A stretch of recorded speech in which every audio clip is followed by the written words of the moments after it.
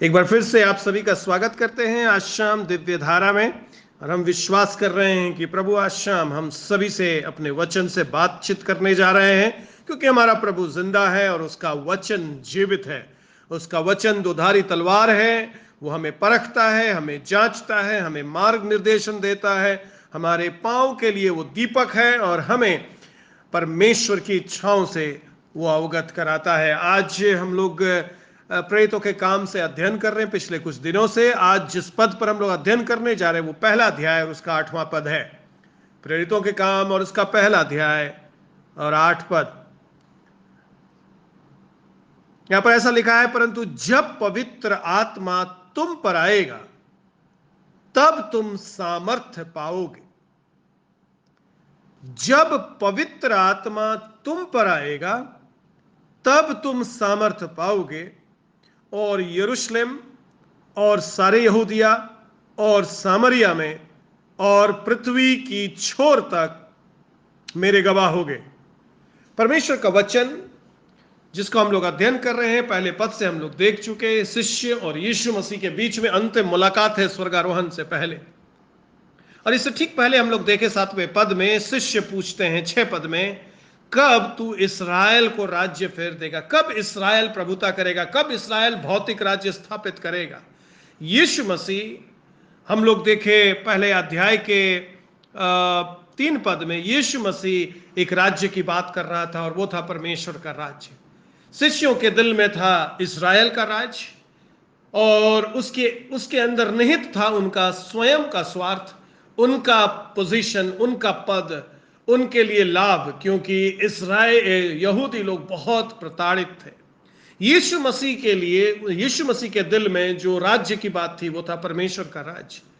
शिष्यों के दिल में जो प्रमुख बात थी वो थी भौतिक पद, भौतिक आशीष, भौतिक सामर्थ्य। यीशु मसीह के दिल में जो बात थी वो थी ईश्वरीय शक्ति, स्वर्गिक सामर्थ, पवित्र आत्मा। शिष्य लोग भौतिक राज्य की मांग कर रहे थे, यीशु मसीह के दिल में था स्वर्ग का राज्य। परमेश्वर हमेशा हमेशा यह चाहता है कि हम लोग चाहे पृथ्वी पर रहें पर अपने ध्यान को हम स्वर्ग पर लगाएं। और यदि मेरे साथ आप निकालेंगे कुलुसियों और उसका 3 अध्याय और 1 पद को यदि मेरे साथ देखेंगे, कुलुसियों 3 अध्याय 1 पद, अतः जब तुम मसीह के साथ जिलाए गए, यानी यीशु मसीह पर तुम विश्वास कर लिए, यीशु मसीह के क्रूस पर तुम विश्वास किए, और यीशु के क्रूस पर विश्वास करने का यह मतलब हुआ कि तुम यीशु के साथ मारे गए, और यीशु के साथ पर विश्वास करने का मतलब है यीशु मसीह के साथ तुम जिलाए गए। जब तुमने यीशु मसीह को अपना लिया तो तुम्हारी खोज स्वर्गीय वस्तुओं की होनी चाहिए। दूसरे शब्दों में, तुम्हारी इच्छा स्वर्ग राज की होनी चाहिए, तुम्हारी इच्छा परमेश्वर के राज्य के विषय में होनी चाहिए, क्योंकि ये दुनिया और यहां दुनिया की जो सत्ता है और सिंहासन है और पद है ये मिटने वाला है। लिखा है स्वर्गीय वस्तुओं की खोज में रहो, और वो स्वर्ग का जो वस्तु है, वो स्वर्ग का जो राज है, उसमें यीशु मसीह विद्यमान है। वहां लिखा है जहां मसीह विद्यमान है और परमेश्वर के दाहिनी ओर बैठा है। और यीशु मसीह यहां पर कहता है 8 पद में, जब पवित्र आत्मा तुम पर आएगा, यानी कि पवित्र आत्मा आया नहीं है। पवित्र आत्मा उस रूप में चेलों पर नहीं उतरा है कि वे लोग परमेश्वर के राज्य को समझ पाएंगे, या दूसरे शब्दों में वे परमेश्वर के राज्य की ओर अपनी दृष्टि को लगा पाएंगे या अपनी आंखों को स्वर्गीय वस्तुओं पर लगाएंगे। उनकी आंखें सांसारिक वस्तु से हटकर स्वर्गीय वस्तु में जाएगी। उसके लिए पवित्र आत्मा का आना आवश्यक है। और पवित्र आत्मा जब हमारे जीवन में आता है मेरे प्रियो, तो हमें वो सामर्थ्य प्रदान करता है। और यहां पर यीशु मसीह बोला जब पवित्र आत्मा आएगा, तो पवित्र आत्मा का एक सबसे महत्वपूर्ण कार्य है कि तुमको सामर्थ्य देगा, वो तुमको शक्ति देगा, तुमको बल देगा, तुम्हारे अंदर एक नया ऊर्जा देगा, एक नया जोश देगा। ये जो शब्द है वहां सामर्थ्य, ये यूनानी भाषा में जिसमें नया नियम लिखा हुआ है, ये ड्यूनामिस शब्द है। और ड्यूनामिस शब्द 10 बार आया है प्रेरितों के काम में, और उसका जो उस ड्यूनेमिस शब्द से जो शब्द निकला है वो डायनामाइट। और डायनामाइट हम लोग जानते हैं विस्फोटक वस्तु जो चट्टान को भी तोड़कर गिरा देता है। यानी कि यीशु मसीह जब बोल रहा है तुम लोगों के ऊपर ड्यूनेमिस आएगा, जब पवित्र आत्मा आएगा तो तुम ड्यूनेमिस पाओगे, यानी कि तुम्हारे अंदर असीम सामर्थ आ जाएगा। वो सामर्थ विस्फोटक सामर्थ होगा, तोड़ने वाला सामर्थ होगा, लोगों को नहीं परंतु शैतान की शक्तियों को, और निर्माण करने वाला ताकत होगा लोगों को। क्योंकि परमेश्वर के वचन में लिखा है जब पवित्र आत्मा आएगा तुम भविष्यवाणी करेगा, और भविष्यवाणी का जो कार्य है नए नियम में लिखा है तुम लोगों का उन्नति कराएगा। यानी पवित्र आत्मा दो कार्य करता है। पवित्र आत्मा जलाकर राख कर देता है शैतान की हरकतों को, दुष्टात्मा की ताकतों को। जब बीमारी के सामने हम लोग खड़े होते हैं सामर्थ्य से भर करके बीमारी भागती है। जब दुष्टात्मा के सामने हम लोग पवित्र आत्मा से भर करके सामर्थ्य के साथ खड़े होते हैं उस ड्यूनेमिस सामर्थ्य के साथ, तो लिखा है दुष्टात्मा भाग जाएगी। और यीशु मसीह ने अपने चेलों को कहा था मरकुस सुसमाचार 16 अध्याय में, विश्वास करने वाले के ये चिन्ह होंगे, वो दुष्टात्माओं को मेरे नाम से निकालेंगे। ये कौन से विश्वासियों की बात यीशु मसीह कर रहा है? ये पिन्तेकुस्त से पहले की विश्वासियों के जीवन में ये दिखाई नहीं दिया, इन चेलों के जीवन में ऐसा सामर्थ दिखाई नहीं दिया। और केवल उस समय जब यीशु मसीह उनको भेजा था उस कार्य को करने के लिए। और जब आज यीशु मसीह इनसे बातचीत कर रहा है, यीशु मसीह बोल रहा है तुमको नया सामर्थ मिलने वाला है, नई शक्ति मिलने वाली है, और जब यह सामर्थ तुम्हारे ऊपर आएगा तब तुम मेरे गवाह ठहरोगे। 4 अध्याय और उसका 33 पद देखिए, प्रेरितों के काम, वहां लिखा है प्रेरित बड़ी सामर्थ्य से प्रभु यीशु के जी उठने की गवाही देते रहे। वहां जो शब्द है क्वालिफाई किया गया है सामर्थ को, लिखा है बड़ा सामर्थ, ग्रेट पावर, बड़ा ड्यूनेमिस, बड़ा सामर्थ। केवल सामर्थ्य नहीं, परमेश्वर का वचन का एक खासियत है, जब प्रेम के बारे में बात करता है तो लिखता है परमेश्वर ने जगत से ऐसा प्रेम किया, जो क्वालिफाई किया गया प्रेम को। ऐसा प्रेम कैसा होता है? ऐसा प्रेम बड़ा प्रेम होता, महान प्रेम होता, दुनिया का प्रेम नहीं है, ये स्वर्गिक प्रेम है। उसी प्रकार से ये जो सामर्थ है ये बड़ी सामर्थ है, क्योंकि ये सामर्थ दुनिया की नहीं है, ये कोई मिसाइल की सामर्थ नहीं है जो 10,000 किलोमीटर तक जाकर मारता है या 15,000 किलोमीटर तक जाकर मारता है। यह रफायल प्लेन का सामर्थ्य नहीं है जो भेद सकता है शत्रुओं को, यह उससे बढ़कर हजारों गुना बढ़कर का सामर्थ्य है, और यह दूरी कोई मायने नहीं रखता है। और यह सामर्थ्य स्वर्ग और पृथ्वी की दूरी को एक कर देता है। स्वर्ग की सामर्थ्य पृथ्वी के लोगों के अंदर कार्य करने लगती है। जब पवित्र आत्मा हमारे अंदर आता है तो लिखा है बड़ा सामर्थ्य कार्य करता है, और इस सामर्थ्य को पाने के लिए एक भी रुपया खर्च करने की आवश्यकता नहीं है। दुनिया की सामर्थ्य को पाने के लिए रुपया खर्च करना पड़ेगा, पर परमेश्वर का सामर्थ जो दुनिया के सब सामर्थ से भारी पड़ता है, और उस सामर्थ को पाने के लिए यीशु मसीह बोला इंतजार करना पड़ेगा, मांगना पड़ेगा, इंतजार करना पड़ेगा, यरूशलेम नहीं छोड़ना पड़ेगा, इंतजार करना, और तुम्हारे ऊपर पवित्र आत्मा उतरेगा, तुम्हारे ऊपर पवित्र आत्मा उतरेगा। और जब पवित्र आत्मा उतरेगा लिखा है तुम सामर्थ पाओगे, तुम सामर्थ पाओगे। क्यों सामर्थ का आवश्यकता है यीशु मसीह के राज्य के लिए? हम लोग देख रहे हैं यहां पर समस्या है दो राज्य का। चेले लोग भौतिक राज्य की बात कर रहे हैं, यीशु मसीह स्वर्ग के राज्य की बात कर रहा। जो कार्य यीशु मसीह सौंप कर जा रहा था अपने चेलों को, मेरे प्रियो, वो भौतिक सत्ता स्थापित करने का नहीं था, नहीं तो पवित्र आत्मा का जरूरत नहीं होता। दुनिया में यदि आपको राज स्थापित करना है, दुनिया में यदि आपको सत्ता हासिल करना है, तो आपको दुनिया का हथकंडा अपनाना पड़ेगा, झूठ बोलना पड़ेगा, लोगों को लुभाना पड़ेगा, लोगों को लालच देना पड़ेगा, धन बांटना पड़ेगा, और यही सब करके लोग सत्ता पाते हैं, चाहे कलीसिया के संस्थाओं में या फिर बाहरी संस्थाओं में। दुनिया का कुर्सी पाने के लिए दुनिया की शक्ति का इस्तेमाल करना पड़ेगा, और दुनिया की शक्ति यहां के पैसे में पाई जाती है। पर कलीसिया चूंकि परमेश्वर के राज्य का विस्तार करता है, कलीसिया चूंकि ईश्वरीय राज्य को पृथ्वी पर लाता है, यह दुनिया की शक्ति से चल नहीं सकता है। कोई भी कलीसिया इस दुनिया की रुपयों के बल पर स्थापित नहीं हो सकती है। कोई भी कलीसिया इस दुनिया में केवल ज्ञान से, बुद्धि से और समझ से स्थापित नहीं हो सकती है। हर कलीसिया, पहली कलीसिया से लेकर के आज तक जितनी भी कलीसिया खड़ी, बिना पवित्र आत्मा के सामर्थ्य से कोई कलीसिया खड़ी नहीं हो सकती। इसलिए परमेश्वर यीशु मसीह ने कहा मत जाना प्रचार करने राज्य का, क्योंकि राज्य का समाचार सब जातियों में प्रचार करना है। यीशु मसीह ने कई बार अपने चेलों को कहा सब जातियों में ये राज्य का सुसमाचार प्रचार किया जाएगा। और एक आठ में यीशु मसीह कहता है यरूशलेम में, यहूदिया में, सामरिया में, पृथ्वी के छोर तक। ये लोग कल्पना करिए, ये जो 11 लोग सुन रहे हैं यीशु मसीह का चेला लोग, इनके पास ना पैसा है, ना इनके पास शोहरत है, ना इनके पास नाम है। ये लोग कुछ नहीं है इस दुनिया के नजर में।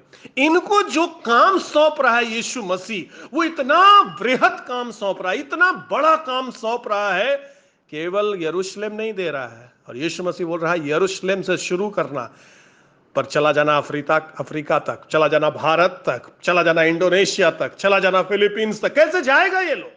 ना इनके पास किताबी बुद्धि है, ना इनके पास पैसा है। इसलिए यीशु मसीह बोल रहा है इतना बड़ा जिम्मेवारी तुमको दे रहे हैं बिना कोई सांसारिक धन का। आश्चर्य होता है, इतना बड़ा मिशन यीशु मसीह दे करके जा रहा, इतना बड़ा सेवकाई यीशु मसीह दे करके जा रहा, रुपया एक भी नहीं दिया उनको। यीशु मसीह बोला ये कार्य रुपया से नहीं होगा, ये कार्य सामर्थ से होगा। और सामर्थ जब तुम पालेगा तो भारत दूर नहीं रह जाएगा इस्राएल से। जब तुम सामर्थ पालेगा अफ्रीका दूर नहीं रह जाएगा। परमेश्वर का सामर्थ्य इतना जबरदस्त होता है कि परमेश्वर अपने सामर्थ के द्वारा से तुम लोगों को दुनिया के छोर तक ले जाएगा। पर याद करना, बिना सामर्थ पाए परमेश्वर के कार्य के लिए मत जाना, ये असंभव है। परमेश्वर के कार्य को करना बिना परमेश्वर के सामर्थ्य के। परमेश्वर चाहता है कि हम लोग परमेश्वर के सामर्थ्य को महसूस करें मेरे प्रियो, और बिना उसके सामर्थ्य। A.W. टोजर लिखते हैं आज यदि पवित्र आत्मा कलीसिया से ले ली गई तो कई कलीसिया चलते रह जाएगा ऐसे ही, क्योंकि बहुत सारी कलीसिया बिना पवित्र आत्मा के चलाई जा रही है। हम आनंदित रहते हैं, हम जाते हैं, खुशी मनाते हैं, गाना गाते हैं, वचन सुनते हैं, अपने में हम आनंदित हैं। परंतु कलीसिया का प्रमुख मुख्य काम यही है। जब यीशु मसीह ने प्रथम कलीसिया का जन्म का घोषणा किया, 10 दिन पहले उसने कहा पवित्र आत्मा उतरेगा, और जब पवित्र आत्मा उतरेगा तो मेरी कलीसिया सामर्थ पाएगी, और जब मेरी कलीसिया सामर्थ पाएगी तो मेरी कलीसिया सुसमाचार सुनाएगी। जब मेरी कलीसिया सामर्थ पाएगी तो मेरी कलीसिया यरूशलेम में, यहूदिया में, सामरिया में, दुनिया के छोर तक परमेश्वर के सामर्थ का प्रचार करेगी। और परमेश्वर से आज ये पूछना है, प्रभु आज 2000 साल हो गए पवित्र आत्मा का इस दुनिया में उतरे हुए। पवित्र आत्मा का उतरना रुका नहीं है मेरे प्रियो, पवित्र आत्मा का उतरना रोज बरोज हो रहा है परमेश्वर के लोगों पर, परमेश्वर के झुंड पर। परमेश्वर दर्शन दे रहा है, परमेश्वर बातचीत कर रहा है, परमेश्वर हमारे अंदर अपनी अग्नि डाल रहा है, परमेश्वर हम लोग को प्रेरित कर रहा है। परमेश्वर एक ही चीज के लिए कर रहा है, और वो है परमेश्वर का गवाह बनने के लिए। जो शब्द है इब्रानी भाषा में गवाह का, वो है मार्टिर। जब लोग यीशु मसीह के लिए जान दे देते थे, मार्टुरस जो शब्द है ग्रीक का, उसी से शब्द निकला है मार्टिर, यानी शहीद। दूसरे शब्दों में तुमको जो सामर्थ्य मिलेगा वो मरने का सामर्थ्य मिलेगा। अजीबोगरीब बात है ये, जो तुमको ड्यूनामिस मिलेगा वो मार्टुरस के लिए मिलेगा, यानी कि जो तुमको सामर्थ्य मिलेगा वो तुमको मरने के लिए मिलेगा। पौलुस से पूछेंगे पौलुस इसका अर्थ क्या होता? पौलुस बोलेगा जब से यीशु मसीह का पवित्र आत्मा मेरे अंदर आ गया, मैं नहीं यीशु जिंदा है, मैं तो मर गया हूं, मैं तो क्रूस पर चढ़ गया हूं। पतरस से पूछेंगे पतरस इसका मतलब क्या होता है? ये कौन सा सामर्थ्य है जो हमको मारता है? पतरस बोलेगा मैं तो जी रहा था, पर जिस दिन पिन्तेकुस्त के दिन पवित्र आत्मा मेरे अंदर आया मैं मर गया, यीशु मसीह मेरे अंदर जीता है। हाँ मेरे प्रियो, ये जो सामर्थ्य है ये हमारे ईगो को, हमारे स्वयं की इच्छाओं को, हमारे स्वयं के लिए दर्शन को, हमें हमारे ऊंचा उठने के अपने स्वयं के दर्शन को, हमारी इच्छा को कि हम सबसे बेहतर बने, उसको मार डालता है। क्योंकि परमेश्वर का राज्य में जो सबसे बड़ा है वो अपने आप को सबसे छोटा करता है। जब पवित्र आत्मा हमारे ऊपर उतरता है तो हमें गवाह बनने के लिए, और गवाह बनने के लिए हमें अपने आप को छिपाना पड़ता है और यीशु मसीह का गवाही देना पड़ता है। नहीं तो यीशु मसीह का गवाही नहीं देंगे। यीशु मसीह के से बात करने के बजाय हम लोग अपनी ही बात करेंगे। हम कितना बड़ा काम किए, हम कितना जगह प्रचार किए, हम कितने लोगों को यीशु मसीह का सुसमाचार सुनाए, हम कितना अच्छा गाना गा सकते हैं, हम कितने देशों में भ्रमण किए। अपनी गवाही देने के लिए यीशु मसीह नहीं बुलाया है। बिना पवित्र आत्मा का लोग अपनी गवाही बहुत देता है। पवित्र आत्मा से भरा हुआ लोग केवल यीशु यीशु यीशु यीशु बोलता है। चाहे लोग उनकी बड़ाई करें, उनके लिए ताली बजाए, परंतु पवित्र आत्मा जब उतरेगा तो वो यीशु की गवाही कराएगा, यीशु की महिमा कराएगा, यीशु का नाम ऊंचा कराएगा। अपने आप के अंदर झांक करके देखें, यदि आपके अंदर अभी भी ये लालसा है लोग आपको वाहवाही करें, आपको आनंद आता है जब लोग आपके लिए ताली पीटते हैं, तो कहीं आपका स्वयं आज भी जिंदा है। और आज पवित्र आत्मा को बोलना है, पवित्र आत्मा मेरे अंदर आइए, मैं जीना नहीं चाहता हूं, यीशु मेरे अंदर जिए। मैं गवाह बनना चाहता हूं यीशु का, अपना नहीं। मैं अपनी संस्था का गवाह नहीं बनना चाहता हूं, मैं यीशु का गवाह बनना चाहता हूं, क्योंकि पवित्र आत्मा का मकसद ही यही है। आइए अपनी आंखों को बंद करेंगे, प्रार्थना करेंगे। पवित्र आत्मा जब उतरेगा, यीशु मसीह ने कहा तुम सामर्थ पाओगे। और आज भी पवित्र आत्मा उतरने के लिए मंडरा रहा, आपके घर के ऊपर, आपके जीवन के ऊपर। वो आपको छोड़कर नहीं गया, मुझे छोड़कर नहीं गया। वो आज रात आपके ऊपर उतरना चाह रहा है। क्या आप उसको उतरने के लिए भूमि देंगे? क्या आप उसको बैठने देंगे अपने जीवन पर एक खतरा है मेरे प्रियो, यदि आप पवित्र आत्मा को अपने अंदर बुलाएंगे तो आपको यीशु मसीह यीशु मसीह यीशु मसीह की महिमा करते रहने होगा।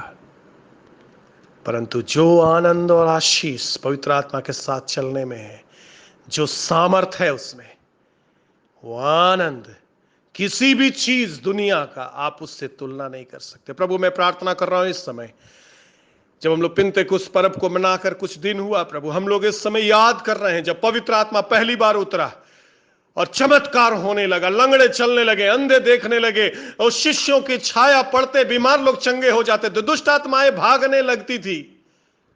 वही सामर्थ आज कलीसिया को चाहिए, वही सामर्थ मुझे चाहिए प्रभु, वही सामर्थ तेरे लोगों को चाहिए। आज की कलीसिया को प्रभु तेरा स्वर्गीय सामर्थ का जरूरत है। हमारे पास बिल्डिंग तो है, हमारे पास कुर्सियां तो है बैठने के लिए, हमारे पास पंखे तो है, पर सामर्थ की कमी है प्रभु। और यीशु मसीह आज शाम हमें आप याद दिला रहे हैं, जब सामर्थ उतरेगा तुम केवल मेरा नाम गाएगा, केवल मेरी स्तुति करेगा, केवल मेरा जय जयकार करेगा। प्रभु मैं प्रार्थना कर रहा हूं, हर एक के जीवन पर उतरिए आज शाम, भरपूरी के संग अपना गवाह बना दीजिए, सामर्थी गवाह, यीशु के नाम से ऐसा ही हो।